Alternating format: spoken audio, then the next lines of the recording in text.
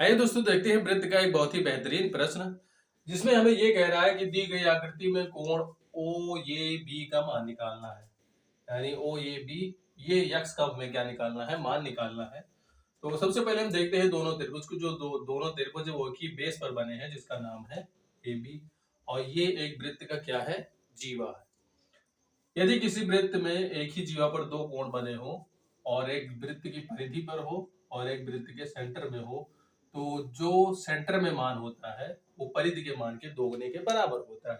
तो यहां से हम बता सकते हैं कि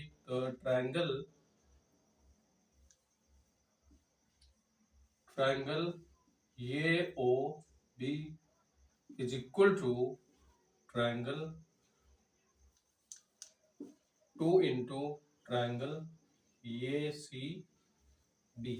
इस तरह से हमें क्या पता चल जाएगा, इस वाले कोण का मान पता चल जाएगा। तो यहाँ पे दिया है कोण A O B is equal to 2 into 15, इसका मान 15 है।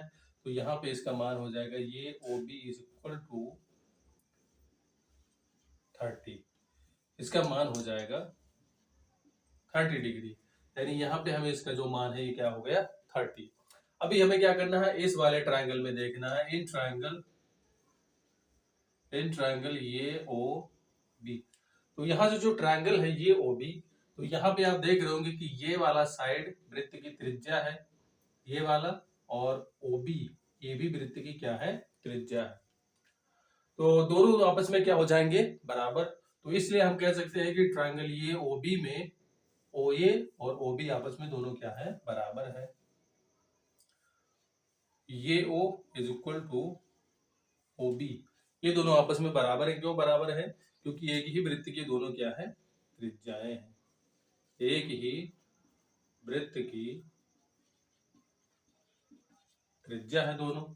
अब हम कह सकते हैं जो ट्रायंगल है ये क्या है, जिसकी दो भुजाएं आपस में बराबर होती है। ऐसे ट्रायंगल जिसका दो भुजाएं आपस में बराबर होती है उनके सामने के कोण भी आपस में क्या हो जाते हैं, बराबर। इनका सामने का ये वाला और इसके सामने का ये वाला दोनों आपस में क्या हो जाएंगे, एक्स। तो अब हम बता सकते हैं कि यहाँ से कि त्रिभुज के तीनों कोणों का जो योग होगा वो होगा 180 डिग्री के बराबर होगा। तो यहाँ से हम कह सकते हैं कि कोण ये प्लस कोण ओ प्लस कोण B is equal to 180 degree.